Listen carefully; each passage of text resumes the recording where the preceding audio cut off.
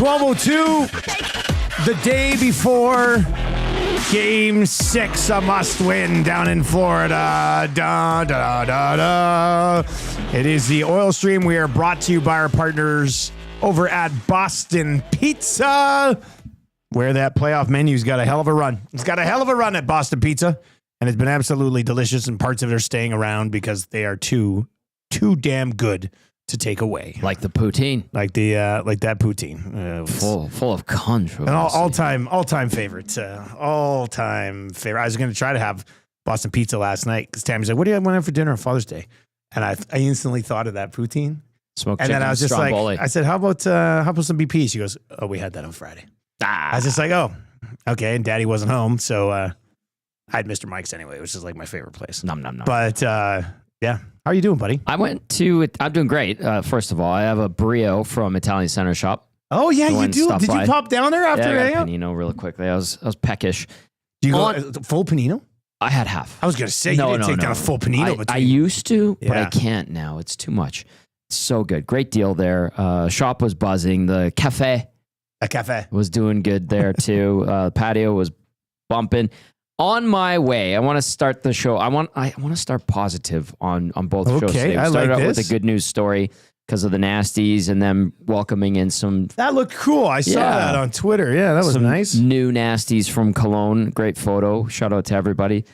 And then on my way to the Italian Center Shop, I run into from Apna Hockey as I'm driving down 170th, Lolly Tour, who got married over the weekend. Really? Yeah. And he's been in here, hasn't he? He's been on the Hangout before. Yeah. So Lolly, I'm like, who's driving this Maserati beside me? And then all I hear is Tommy! And it's him and his new wife, his beautiful in new a bride. Maserati. Yeah, well, they listen, their wedding was on Saturday at the JW. Oh. Yeah, it was, my brother was there. Congratulations on all your success. Yes, they're very successful. But yeah, just shout out, congratulations to Lolly and his new wife. And yeah, I'm like, who's this guy? The Maserati, nice car. Were they also going to Italian Center? No, I think they're probably going to West Edmonton Mall. But I was like, congrats. Lolly, I couldn't make it to the wedding. There's obviously a million things happening right now, but my brother was there. All the photos look great. And they had pictures overlooking the moss pit. So the reception was happening at the JW, and then the game was happening at the same time. Come on. It looked phenomenal. My brother has a picture of him sipping on a coffee. And then he's like, and then I had 20 G&Ts. Yeah, of course. Yeah. Sure you did, Paul. But it looked awesome. Great time. Congratulations to Lolly and his wife or his new wife. Yeah. And I just want to start with a positive. It was kind of a surprise because it was Tommy on driving down 170. Yeah. Like, hey, congrats. He's like, I'm married. I'm like, yeah, good luck to her. That sounds like a nice little morning for you. Yeah. How was the Hangout today? Hangout was good. It was fun. Good. Jay was great. I know we had to bump him back because we brought some guests in last week, but he was excellent. And a lot of good things brought up about, finishing up this Stanley Cup final. There's lots to discuss about this game. Yeah. Doing it the right way, balls to the wall, empty the tank, all that stuff. We'll go over it on this show, obviously, too. But I don't know. I thought about it a little bit yesterday and today, even this morning, getting over here today. No negativity. You still have a chance. You're still in it. You've been through this before. Yes, Florida's playing great, but this is it. I think it's a fine line to walk right now between negativity and reality. There's fair ways point. to be for somebody to come in today and go, they have no chance. There's no way they can come back. This series is over. To me, that's being negative. Yeah. To have some doubt in this team right now with how they've kind of had it taken to them so far in this series, I think is just reality. They have a very tough road ahead of them. They're a team that plays well when they absolutely have to. Yeah. They did not determine that Game 5 was an absolutely have to play well. I stand by. Game 6 certainly does. They were timid, toe in the water. What was up with that? How do you do that going into that game? Shockey had he made an interesting point and observation on Mandate this morning where when there's a moment occurring, like in game 5 with the crowd and everybody vibing and things being like full of anticipation, this group kind of sits back and watches it instead of adding to it, fueling it, creating it. And I think the way he described it was bang on. They do sit back. They do take in the praise, and they don't utilize it. They like to brush them shoulders off for themselves because they are damn good. And that's annoying if you're a fan of the team. It's covering them. I go, come on, you guys. Like, you are better. You are capable. Go do it. Now, I know the Florida Panthers are playing tremendous hockey. They are champions. They want to be champions again. They're doing everything in their power to make that happen. But I still look at the Oilers and I go, you've got 2 of the best players in the world who have not unlocked and untapped. Why haven't they done that yet, do you think? I'll give Florida credit. That's what I'm curious. I'm trying to figure out why haven't those guys taken over. But then I think part of it is on McDavid and Draisaitl not to adapt, not to flex. Like, I think I'll use the power play as an example, right? The power play is very frustrating watching the Oilers. It went 0 for 3 the other night. They had some good looks in key moments. The one power play doesn't even get much going, and then the Panthers go back and score right after it. The penchant to going to Old Faithful all the time, forcing the seam pass to Draisaitl. It's the same. Instead of getting creative, trying something different, passing up shooting lanes. I think that would be a part of it. Don't get me wrong. It's not the entirety of what's ailing them. And again, credit to the Panthers for playing very good hockey. But when a 37-year-old Brad Marchand is like making a case for the Conn Smythe with a tremendous Stanley Cup final, and Sam Bennett, who is a scrappy, the front runner for the Conn Smythe right now, having a wonderful postseason. But those guys should not be the leading characters in the story. They're the best 2 forwards in this series so far. And they should not be. Yeah. They should not be. They shouldn't even be the best players or forwards on their the own Florida team. Panthers. I know. Should not be, but they are. And that's why they are on the cusp. I don't even think it's debatable. Cup. Like, yep. Bennett and Marchand have owned this series so far. Absolutely. Which I guess is a good thing because, you can spin it as a good thing because that means McDavid and Draisaitl haven't been, and that's still there for the taking. Yeah. And there's still 2 games to do it. Yep. But to me, it's just a forward group beyond those 2 guys. Like, if you were to say, let's draft forwards from this series so far, or power rank forwards in this series so far, if we went 13 deep, there's 4 Oilers on it and 9 Florida Panthers. Mm-hmm. Right? Like, Corey Perry would be in there somewhere. Nuge, who only has points in 1 game so far. He had 2 points in one game, has nothing. Yeah, you're right. He's banged up. But nobody else has stepped up in those moments. Kane has been a negative so far. Very much so. Henrique I don't even know if he's dressed. He's done nothing. He's just kind of out there. It's like, that's supposed to be your third line center. Mm-hmm. He's just kind of out there. Mm-hmm. Florida Panthers have 9 guys who are just rolling over him right now. And you can even say the 4th line on Florida's played better. And that's bad. Than Adam Henrique has. So, to me, the entire forward group is just being outclassed and outplayed by what the Florida Panthers are bringing to the table. And on top of that, McDavid and Draisaitl haven't taken over, and that's a recipe for not winning this series. 100%. And it does create concern going into Game 6. But here's the thing. You have a chance to make up for it. Yeah, and then you get to come home for a Game 7. You can change that. You can play out of your boots and have the night of your life, and then let the magic of Game 7 happen on Friday. That's still on the table. It can be done. That's how I look at it. Your messages to 780-218-9999, 780-218-9999, or hit us up over on YouTube. If you're watching on YouTube today, smash the thumbs up for us. Sub to the channel if you haven't already.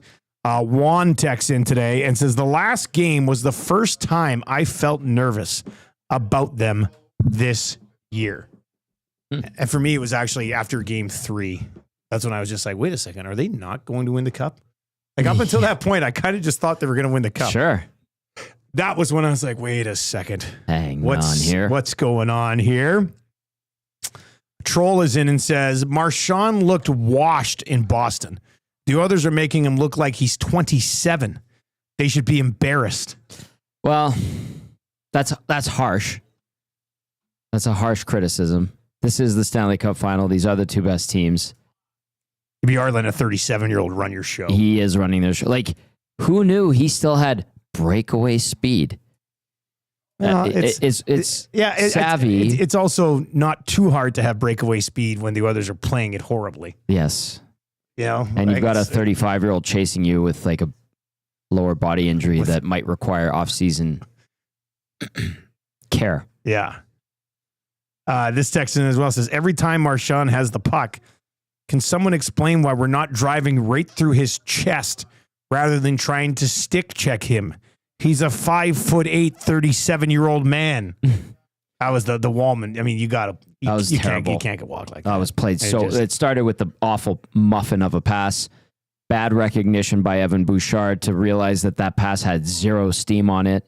And then you had two forwards coming at you. There was a calamity of errors on that goal. Again, unfortunately. Like, yes, the Florida Panthers are creating these moments. Yeah. But Florida's part of it is really good team. They're taking unforced errors from the Oilers and converting on them. Bingo. Nailed it. Like they are. And Florida hasn't made many unforced errors. Correct. The Oilers, not every time, but a lot of the time when they do, it's thank you, back of the net. Cashing those plays, that's championship caliber. Spruce Grove Corey says, boys, I'm pretty sure I saw Tommy grabbing a sandwich at the Italian Center while I was picking up a birthday cake for my wife. And you didn't say hi? Yeah, here's my Kanoto. It was the hair and the shorts that may have confirmed it. Oilers in 7. I love it. Fingers crossed. Andrew, the accountant, says, if the Oilers are winning this series, are McDavid and Draisaitl going to have to be over 27 minutes a night? Maybe. I mean, at this point, they could. 2 games. Who cares? It's 2 games. Max. Empty the tank. Like, everything if you got. McDavid has to play 30 minutes for the next 2 games, then he has to play 30 minutes. The Gourd Father is in. Guys, I've learned to cut this group some slack for those no-show games in November or February, knowing that they will be there when we need it. Mm-hmm. Mailing in a cup final game at a home with that crowd is unreal. Connor and Dry need to step up. They're getting outscored 5-on-5 and not bringing it on the power play. Let's go here. Yep. When they were on the ice for the goal immediately after, they got one. Off the face-off. Yeah, like that's a tough look when you're like, okay, here we go. And then those same guys are out there. Yes. Now, did they not win they won the draw back in Wallman. And even I didn't like Ekholm's first, the step he took on that first Marchand goal. In the direct, where he went. Took it towards the boards. And we saw Bouchard do that a couple games ago too. And I called it flat-footed on postgame that night. But it was like a misread. And then, then you're chasing a 37-year-old.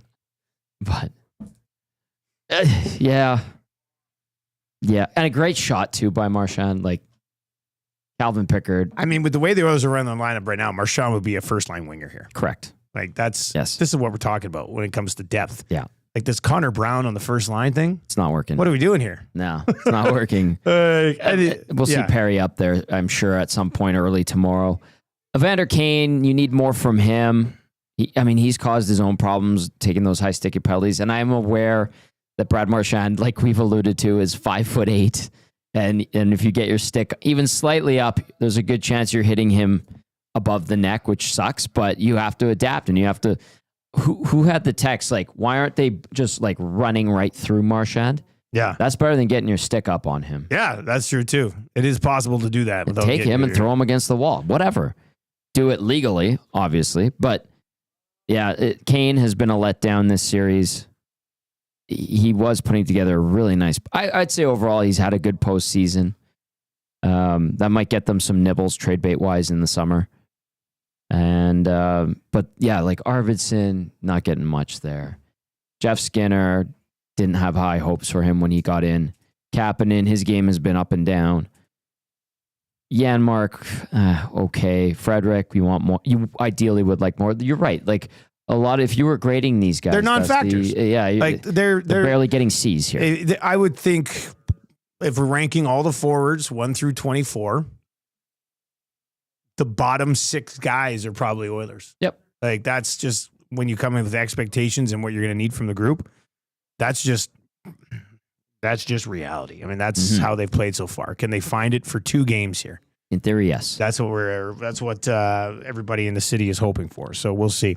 780-218-9999. Lots of good messages over on YouTube as well. I promise you we'll try to get to some of those. We're going to dive into your spicy headlines right away here for Popeyes. And if you're watching on YouTube today, hammer that thumbs up for us and sub to the channel if you haven't already. Max Jones leading the stretch today said that it hasn't happened all playoffs. He's not drawing in, right? I don't know.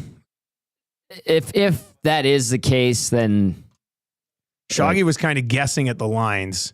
Yeah. Because he said, a little bit jumbled, but his guess was Podkolzin was in Nuge's spot with McDavid and Brown, Draisaitl with Kane and Skinner, Henrique with Arvidsson and Frederick, Janmark with Perry and Kapanen. And of course, Nuge did not skate, so that's why Podkolzin was in his spot. Yeah. You're not taking Podkolzin out for this game, I don't think so. I think I'm not reading into these. And this is not just like Rashog speculation I'm not reading into. I literally wouldn't have read into anything that we would have saw at the skate today. Right. And that's You're going to go down with Connor Brown on right wing, top spot? I don't think he lasts up there. And there were moments. I don't think he starts up there tomorrow. Midway through last game where they had gotten away from that already. Again, I know we go over the lines every game, and it's a good exercise too. But the bingo balls are coming out pretty early tomorrow, I think, regardless of if they're up. Like, if they get a multi-goal lead, even I wouldn't feel safe for the Oilers if they had a 2-goal lead, just with the way these playoffs have gone for the Oilers and other teams. But if they, where I could see them sticking with some semblance of these lines, Dusty, is if Edmonton has a commanding lead and is just on cruise control mode. And that's highly unlikely. I would be pretty stunned if that happens, but they've stunned us a little bit before as well. Collingwood Rob says, kudos to the crowd on Saturday for cheering as hard as they did, down 3-0 in the third. Tommy, what was it like in game 4? Awesome. Yeah. Awesome. Edmonton turned out as always, as expected. Obviously, a lot of people from out of town have been in town. You can tell around downtown too, Dusty, who's not from town, because they don't know how to use the scramble crosswalks, and they're pointing, and they're like, I think that, and you're like, oh, out of town. But in terms of the vibe, on Saturday in the morning, I was leaving to come here actually for Hello Hockey. I stopped at Fox Coffee to pick up coffee. It was raining. There was... I heard it was raining here on Saturday. It was raining quite a bit, and it cleared up later in the day. But you could hear car horns going by Rogers Place on 104th Ave. In the morning, and then more so when I got back from the studio, started getting ready. I went and set up at Ice House, and the gathering had begun. The vibe was outstanding.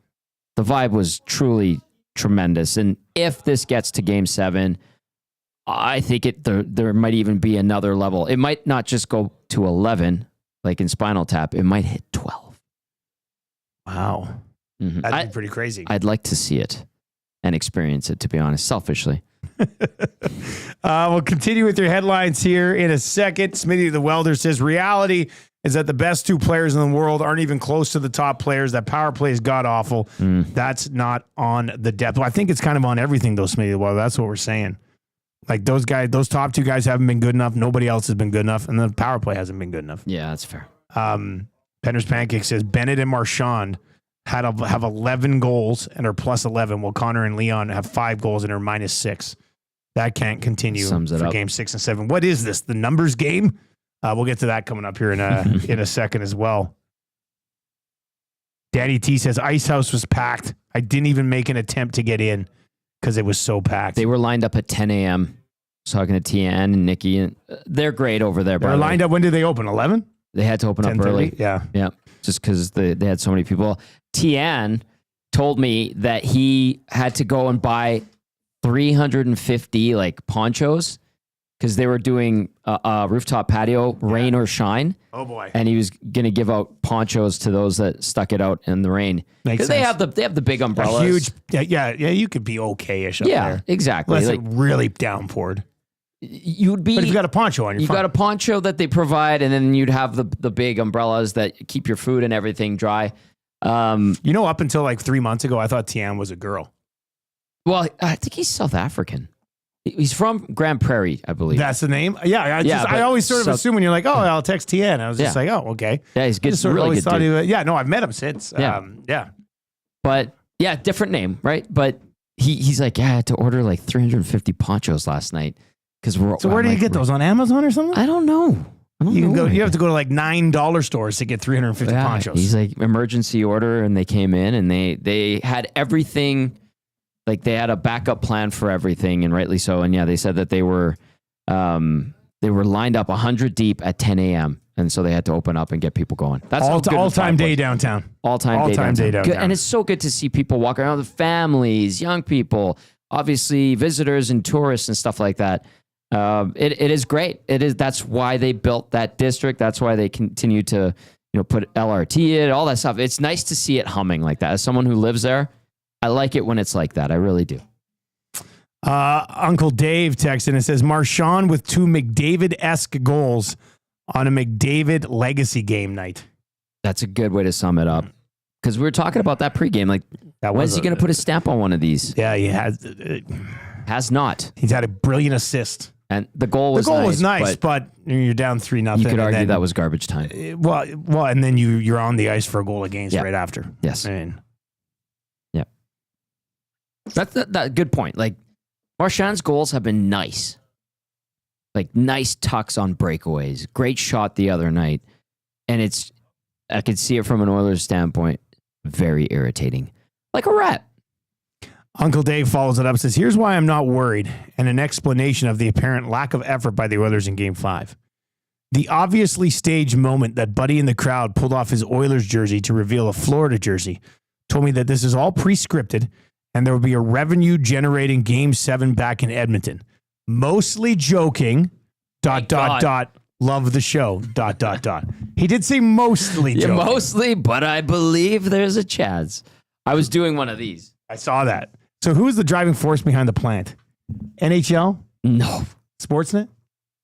You don't think he was planted? I don't know. I think that's somebody wanting attention. What a weirdo then. I know. Maybe Sportsnet would do that. Or the league. Okay, so I mean, the camera's on him right when the jersey goes up. Yeah. I had a lot of time for the theory of that guy was planted. However, if not, is that an Oilers fan who's so frustrated with his team that he did that? Or is that a Panthers fan who's like, this will be hilarious? And I lean more towards him being a Panthers fan who thinks it would be hilarious to wear an Oilers jersey and then do that once Florida is up. I have you have another theory? C. I'm trying to think what option C. A Leafs fan trolling everybody? That would be ridiculous. But what's option C? A comedian or social media influencer looking to get into the limelight by doing something how would he viral. know that cameras on him then and stuff? Well, you can, like, if you're strategic about it, like, they might have the handheld guy. The handheld guy, and you could tell when they're on you. You can talk to them too and be like, why would the handheld guy have a camera of no disrespect to this guy, but very ordinary looking dude over here? Yeah. They usually got it on hot women, guys who are all wearing the same costume, kids. Mm-hmm. Why would the camera be on that guy in that moment? What if he's like, here's $500. You get me on at some point. So now we're taking bribes on the handhelds. You can do that. I'm not saying that Edmonton camera guys do. Edmonton camera guys work their bags off, man. You know them as well as I do, Dusty. But in theory, there would be a way to get their attention, be like, hey, get me on. And I could see option C. It's a comedian or influencer looking to get a viral moment. Interesting twist on that. I had not considered that. Because now we have these fans that have become like caricatures now. And they come up with elaborate costumes and they want some... It's pretty wild. It's very attention-seeking. You guys are committed to the bit. I appreciate the commitment to the bit. At times it's a bit much, but there is a genuine passion for this team, which I appreciate. But in other markets, you're just like, what are you? Why? And I guess you could say that about people here, but I do appreciate them jumping on board and kind of going with a character. But I think that scenario, I would go with option C, somebody looking to create a viral moment because they want to bring attention to their comedy tour or something like that. Was it Jerry D? No, unless you use in a bald cap. It was the first like Canadian comedian I thought of. I like Jerry D. I like Jerry D too. I loved his show. Mr. D was a really funny show. His best work was with The Score.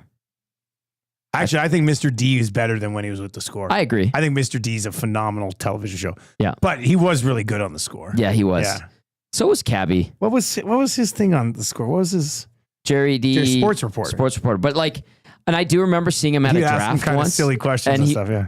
When we were trying to do like serious journalism, he was making a mockery of it. And I was like, oh, get out of here, Jerry D. But I like you so much. And you could tell like he's not like into it. And he's not like dialed in like everybody is. We need to get this clip from this guy and this guy. He's just having fun. And you're like, I wish I could do that.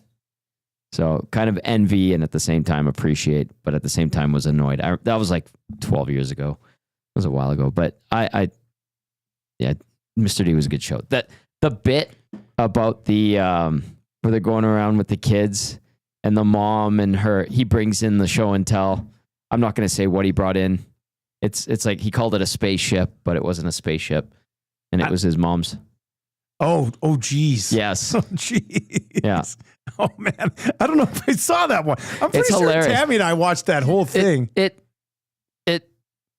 pops up every now and then. Yeah. Like on Is it Instagram on a streamer? I'm not sure. It must be. Does Jerry D stream somewhere? It must stream somewhere. It was a very good show. I thought it had a great I liked run. when he played ball hockey against the students and like took it so seriously. Was it Nathan McKinnon in that one? Was he in that one? Yeah. Oh, I don't know. Anyway, Mr. D's pretty funny. Jonathan Torrens was in there too. He was vice principal Sheely. Yeah. Principal Sheely. He played that dorky vice principal very well. He was really good at that show too. Oh yeah. Oh, that was funny. Penner's Pancake says Jerry D was the best as the head prison guard in the first Trailer Park Boys movie. Yeah, Donnie. I think wasn't his name Donnie? I'm pretty sure his name was Donnie. And they tried to kick Ricky out of prison because of the street hockey tournament. And Ricky's mask. Ricky's was like, no, I'm staying. It was a milk carton. Yeah, milk carton. And he had Trey from like the mess hall as his blocker. Yes. There's a new Trailer Park Boys movie on Netflix. Really? Or at least it's called like Trailer Park Boys Jail. That's perfect. I think that's what it's called. I kept popping up on my like Netflix feed as soon as I go on. I'm pretty sure there's a new Trailer Park Boys movie that's out on Netflix right now. Somebody will correct me if I'm wrong, but I'm pretty sure that's new. I haven't seen that one before, and I've watched a lot of Trailer Park Boys. Here's the one. Darcy. First text ever. Welcome, Darcy.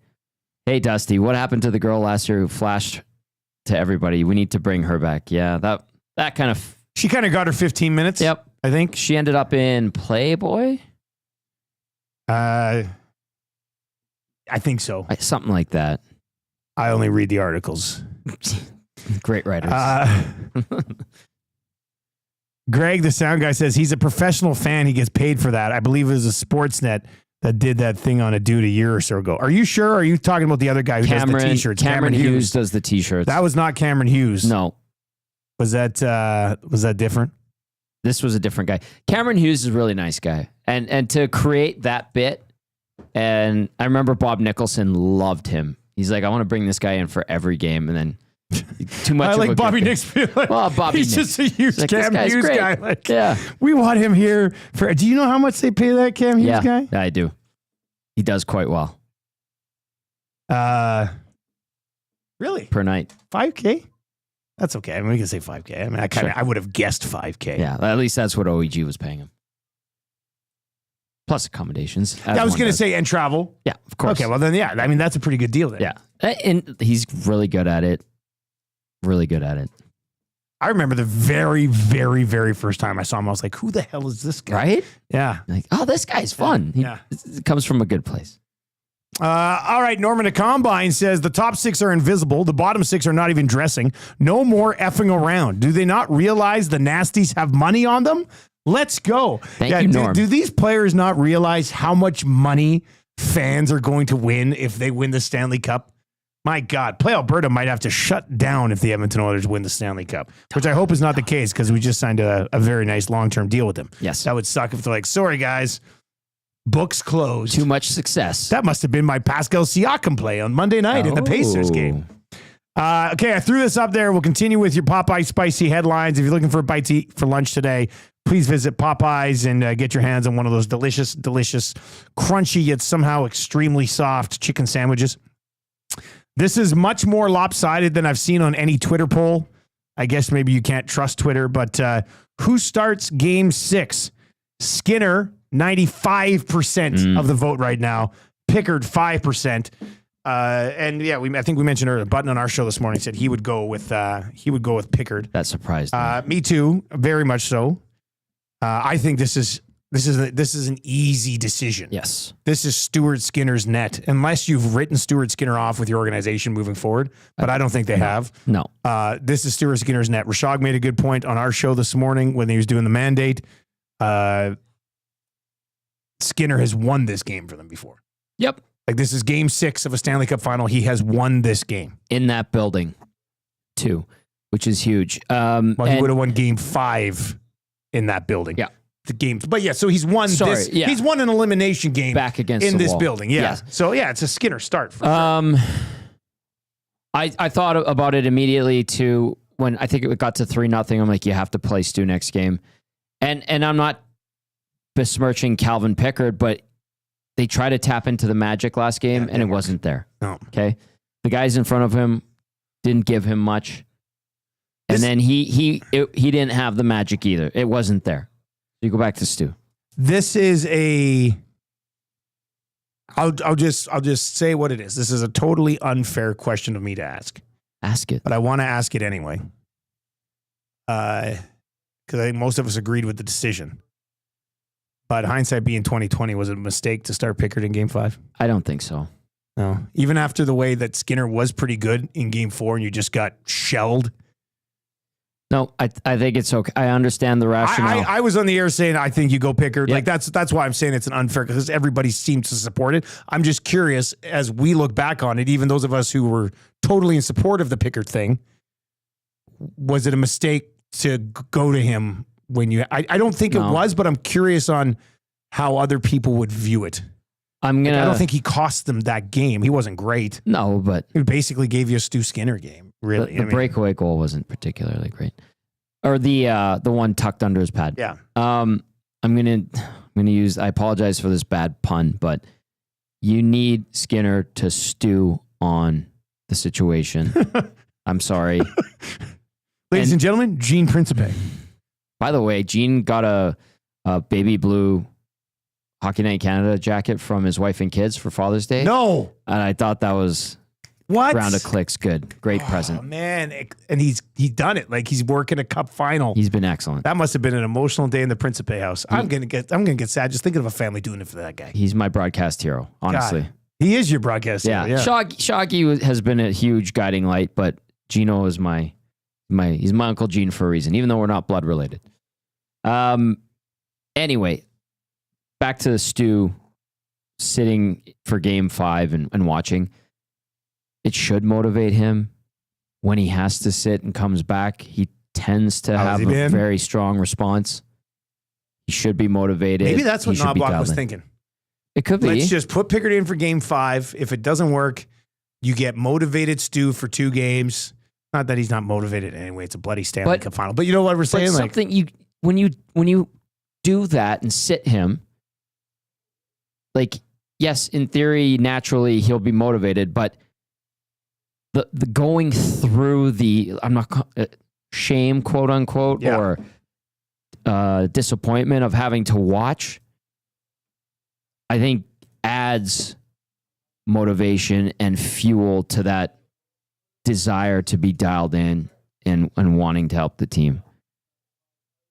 So I kind of get it. I don't think it was a mistake to start Calvin Pickard. I really don't. Yeah. I mean, the only way you could think that if you were automatically sitting there going, well, with Skinner in net, they win that game. But that's not true. I don't think you could say that. It's not true. Like, as much as I've supported Stuart Skinner along the way, it doesn't matter who's in net when they play like that. Like I said this last week when we were teeing up the games. To me, it doesn't matter who's in net for the Oilers. Like if they come out and play well, it does not matter who their goalie is. Like I understand, and that's a fair point. It's just they just haven't been that team just yet. They are. I mean, they've had 2 great comebacks to even stay in this series at this point. You need to, and that actually brings us to the numbers game, which is where I want to go for Play Alberta. If you've not yet downloaded the Play Alberta app, Play Alberta is the title sponsor of Edmonton Sports Talk. We have a code for you right now, EST Sports. Use that code and deposit $20, and you will get a $50 free bet. Somebody said they used a free bet last week on the boys' Lock Shop CFL parlay, turned it into well over $200. Nice. I had hammered the Montreal Alouettes earlier in the week, so my account is probably more flush than it has ever been at Play Alberta. I'm on a losing streak. Are you? Yeah. A bit of a slide. Yeah. It's okay. And I've use been that casino code. Slide over to the casino. Recoup things. The boys have been using the. I know they have. And Jay hitting the casino. I haven't hit this month's casino. Our casino code is EST Casino this month. Deposit $20, you get $50. You know what's cool about the casino, really quickly, is it's like a live roulette table. Yeah, you can go live tables with dealers right there, and they have the cameras on them, so like it's actually you're watching it physically happen. Sorry. 3 plays right now over at our EST specials page, just waiting for the grandest of parlays from the DGen Den and Jay's play of the day. Siakam, 18 plus points. Pacers plus 9.5 is plus 204. Dusty's play of the day, Alex Caruso, 11 plus points, minus 128. And our Lock Shop partner parlay from the Lock Shop about 40 minutes ago. Dodgers to win, Phillies to win, Yankees to win.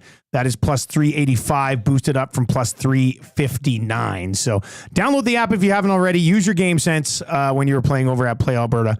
And we got you covered over there. EST specials page on the app and on the desktop and laptop version. The Edmonton Oilers have been outscored 7-0 in the first period of the last 3 games. Yeah, it's 11-4 in the first period of the Stanley Cup Final so far. I've just got in my notes here. ... What the hell? How have you been out? You're playing for a Stanley Cup, and you've been outscored 7-0 in the first period of the last 3 games. Yeah. How does this happen? And it's not to me like, oh man, these are just all squeakers. Nope. The goalies, these are breakaways. These are breakdowns. It's unbelievable. Self-inflicted wounds. So where does this come from, Tommy? Like, I thought they had some good chances in the first period of last game. Yeah, the first 5 minutes. They just did. They've had those little bursts, right? Yeah. Like for the first 2 or 3 minutes. And it's like, if they don't get something there, Florida's just like, okay, let's get going. Yeah. Let's get going. Yeah. Let's get going. We were asked this morning, and we asked Craig Button of it a little bit as well. Who's that on? Players. Obviously. Execution. Okay, so I think the safe answer is probably the entire group. Yeah. But it's not like we've gone through periods here and gone, man, McDavid and Draisaitl were unbelievable for that period, and the rest of the team just didn't help. It's just Florida Panthers are better in the first, top to bottom. You can make, and yes, it's completely fair to say, like the Panthers are consistent, taking it to the Oilers in their face as the Oilers are backing into games quietly. That I think it's that combination. Like Florida's pushing, Edmonton's happily backing up, and then it's resulting in goals against. You shouldn't be discouraged if you don't score on a couple of good chances early. You should be encouraged and motivated to continue to build off of it. And maybe that's where Florida's so good, is that you have one slip up and you give them an inch and they take a mile and they take advantage. Or at least that's how it feels in the Stanley Cup final. But I think last game, it really emphasized Edmonton backing into the game. And they're very tepid. And that can't happen anymore. Attack. Go after them. Just go. Play high stakes hockey. I thought that's what we'd see in Game 5. We didn't. And shoot the puck, please. Just shoot it on net, see what happens. Go high on Bobrovsky. We know this now. That they still have this penchant for looking off great opportunities for shots. not necessarily great scoring chances, but great opportunities for shots. Get a shot on net. Who knows what can happen? Score ugly goals. They all count. Just do it. You can do it. You've done it. Do more of it, please. 780-218-9999. 780-218-9999 is where you can go. Troll says, Gene is the GOAT for what he did for us during the decade of darkness. Right? Yep. Yeah, I'd agree with that. Andrew says Gene is amazing. EMG says Gene needs to use a higher SPF sunscreen. Him and Jack, I had buddies texting me being like, Dusty, what is going on with Gene's tan, man? That takes him about 8 minutes, and his that's just how it is for him, how the Sicilian kicks in. Yeah. For me, 8 minutes, and I'm burnt. Shanzi says, my wife and the Jordy Mac show, that's his boy, bought me a Perry jersey for Father's Day. Nice. I'm calling a 3-1 Oilers win for Game 6. Bring on Game 7. Corey the Butcher texts in today. Acme Meats, if you're looking for your beef. Corey the Butcher has you covered there. They've been a partner with us since the very beginning of EST, so make sure you check out the Acme Meat Market.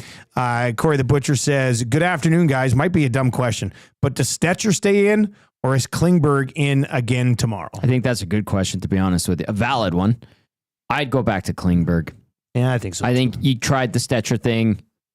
It ain't it. He gives you everything he can, but I think that, not that Klingberg's a lot better right now in this series, but I just think Klingberg's vision, calmness with the puck, ability to make plays, and then having a game or two to refocus might motivate him. Stetcher, he got everything out of Stetcher, and it wasn't a ton. And they played him way more than the 418 that they played him in Game 4. I think you do go back to John Klingberg. I would agree. You won't get hey, let's make up a debate for radio thing. I agree with you. Yeah, I think you probably go back to Klingberg here. Yeah. Rob says, guys, the fact that there is so much discussion about Pickard or Skinner, Klingberg or Stetcher, which forward should round out the lineup, just says a lot about this series. Florida lines up the same 12-6 with Bob and just rolls on.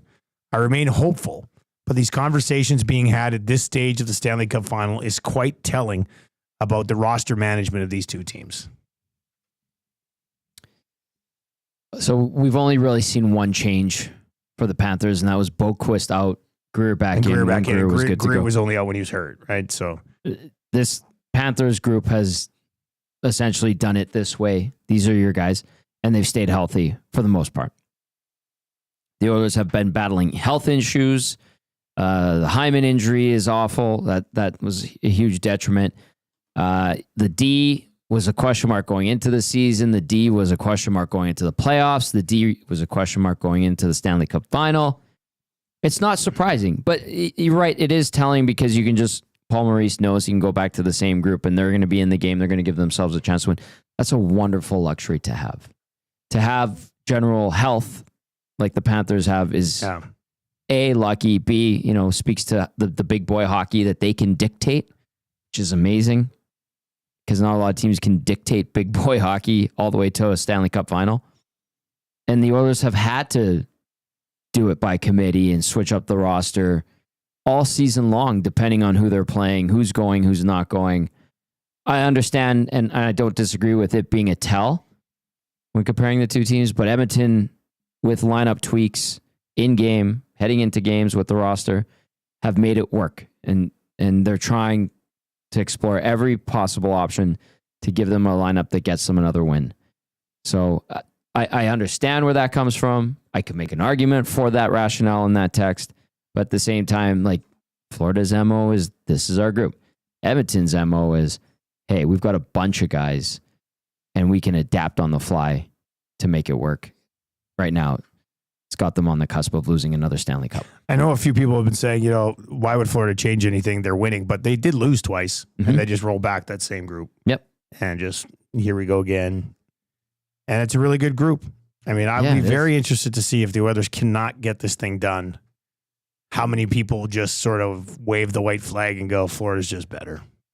Here's an example. Well, first of all, who are they not dressing with? Jacob Magna. Are you going to put Jacob Magna in? Magna. No. Are you going to put hot Magna? Magna. Who else? Okay, Boquist, we know he's not playing. He was, though, for a bit. Nico Sturm, are you putting Nico Sturm in there? No. So they're guys that are sitting out and healthy scratches aren't better than the ones that are playing. And then, the Oilers, just a bunch of injuries. So, and then here's the other point. Dmitry Kulikov, former Oiler. Are you telling me... Was he better than we thought here? No. Okay, I was wondering about that. People were okay with him moving on. Rental, see you later. Thanks for coming out. They got swept in 4. You're not telling... I don't think there's anyone making the argument that Dmitry Kulikov is just this amazing defenseman. He's just a good defenseman playing well. You know? I think it's an easier... When was Kulikov here? 2021? I think it's easier to look better when you're on that Florida Panthers team, right? You're around really, really good players, no matter where you look and no matter who you play with. Yeah. And it's going to help you. I wonder who would Kulikov have been with here?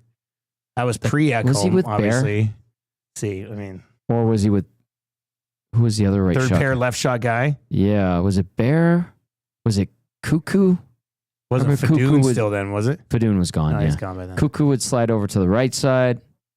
God. And Barry was there, but he was usually with what, Nurse? You're not putting in Mackie Samoskevich, are you? For the Florida Panthers? No. Yeah, exactly. Good job saying his name, though. Or Uvis Balinskis. Oh, I might mix in a little Balinskis. Just to say Uvis? Just to say, you've got to get Uvis into a game. Uvis is ready. Uvis Balinskis. He's got a goal in 5 playoff games this year. How good? So he's better than Arvidsson on a goal per game rate. Uvis Balinskis. +4. Oilers should trade for Uvis Balinskis. Yes, they should. Come up with a fun song for that guy. 780-218-9999. It is the Oil Stream brought to you by Boston Pizza. We were at Boston Pizza for Game 3. You were at Hudson's Bourbon Street for Game 4. Pretty wild time on the Thursday night. It was pretty good. Yeah, it was actually really, really good. Good turnout of nasties. A lot of fun. It was a lot of fun, really. Hudson's White Avenue is going to be great tomorrow. Looking forward to that. It's a smaller space, so if you want in, book your table early. Yeah, you better move right now. Call Connor over at Hudson. The two Hudsons are very, they're different. Yeah. You get the great staffs at both. Different vibes, but both a lot of fun. Hopefully the weather is good tomorrow. If it's like this, then we'll have the patio doors open. We'll have the nice backdrop of White Avenue. And it'd be great. It looks great. And you know what would be even better? If they won and you get the sun setting on the post-game show behind me. Oh, my God. That would be picturesque. God, it'd be really ironic, though, if they lose and the sun's setting behind you. Oh, I didn't want to. I kind of teed that up, didn't I? That would suck big time. Think about that. Shoot. Yeah. EMG says, rumors Oilers have interest in Ekblad, ? Yeah, we talked about that on Hello Hockey. Okay, what's Dave going said on? Yes. But there's going to be other teams interested, too. How are they going to pay Ekblad? I don't know. How's that work? I guess with the Rantanen money. And Dave said that. Oh, don't even get me started on that. I was wondering if you could react to that. So ridiculous. Very clever comment of mine. Yeah. If you really thought they were going to get Rantanen, you're out to lunch. He said that the Panthers want to keep Ekblad in the 6s, but he wants 7+. And why wouldn't he? He'll get 7. He'll get 7 on the market, no problem. Exactly. But how much can he save on taxes to stay in the 6s? Oh, well, now that's a huge topic of debate. That's for another show. Hey, now. That's for a free agency show when a bunch of guys are staying in Florida and Tampa. And go to Nashville. Yeah, and go to Nashville because they're such a good team. Yeah. They've built a great team, Dusty. Why would anybody? No. Come on. So good. They finished 30th this year. Yeah. Come on. What are we doing here, you guys? Sorry, RCN. It's not necessarily a shot at you, but you might view that as a shot on the whole tax thing. But we'll discuss that when it comes to free agency and the Panthers and Lightning and Vegas get a bunch of good guys. Yeah. And Seattle. Yeah. Although I don't know what Seattle's doing, just as an aside, with their management and their coaching staff, it's quickly becoming kind of a weird place. Hey, you got to establish a good foundation of an organization to then reap the benefits of guys being like, wait a second, I can stay here, make a little bit more money, and we're a contender. Done. Vegas did that in a cutthroat way. Yeah. Seattle started off hot with that win over the Colorado Avalanche when they were defending champs, and then it's just kind of bottomed out a little bit or dipped big time. Yeah, conversation for another day. Anyway, I look at the Kraken and I'm like, where are you guys going? You guys are going sideways fast. I digress. This is a good one. RCN in the chat says, I'm hit. And Big Uke says, my son. But then Ripsy Steph says, my troll. I'm hit. My troll. Oh my God. RCN's not. I don't describe RCN as a troll. No. I think I do. I like to view RCN. I've met him. Good guy. RCN is taking pleasure in the Oilers' struggles right now. But I don't think overall general is a trolly type. No. You know? No. RCN, there's good contributions. Some of you read and you're like, I'm probably going to leave that one alone. You know who was kind of like that till I met him and his wife? Smitty the Welder. I was like, why is this guy needling? Yeah, Smitty the Welder used to rub you the wrong way. And then I met him. I'm like, this guy's a beauty. It's crazy. As Penner Pancake says, RCN is a troll-ish, but in a good way. Yeah, I mean, I think every chat and every fan base needs to have those somewhat, I don't even say positive. They mix it up. A realistic troll that needs to keep you in check sometimes when you're getting overzealous or over positive on things. They fire a high hard one. You're like, where did that come from? Like that's well played. Yeah, that's how I view it for sure. I think that's probably the right way to go about it. Zacticum, great haircut. First of all, let's start there. Thank you. Your hair looks better than Tommy's now. You could keep time with that haircut. Yeah, you do look like you just came straight from basic training. Yeah. That's an Army joke, Zach. Okay, I didn't get it. I didn't think you would. Tight. You're too young to know about the Army. Yeah. What's coming up on EST Afternoons? Man, lots of Oilers-Panthers discussion. Are the Oilers going to come back? Are they cooked? Hernan Salas, Walking Gage, they share their thoughts. We have Need for Speed for Rad Torque Raceway as well. Capping nice. F1. Talk some Indy as well, probably. Inside the numbers for Play Alberta and TSN's Farhan Lalji will check in and talk CFL Week 2. Talk some CFL. I like it. Injury, yeah. Okay. Farhan's great. Hey, how did you describe Indy yesterday? Oh, it's very simple. IndyCar is what you get when NASCAR has sex with a Formula One car. And produces a and bebe. Then they produce a little baby IndyCar. It is fun. There were some nasty collisions yesterday, too. That is wild. Mm-hmm. It's wild, man. It's a wild, wild west in IndyCar. Anyway, the boys will have more on that Need for Speed for Rad Torque. All right, that's going to do it for us. Tommy being on the Hangout tomorrow. I will be back with the Nielson Show at 6 o'clock tomorrow, and we will be setting up Game 6. Legitimate, no way about it. Must win for the Oilers. Yep. The wig of Destiny will be on. Tales of the North will be locked and loaded. We will do everything we can to help this team pull out a dub, even though in no way do we impact it. But we will try mightily tomorrow. For Tom Gazzola, I'm Dustin Nielson. That's going to do it for the Oil Stream. Brought to you by our partners over at Boston Pizza, where you got about a week left on this playoff menu. So you're going to have to get your hands on that bad boy immediately. Take it easy.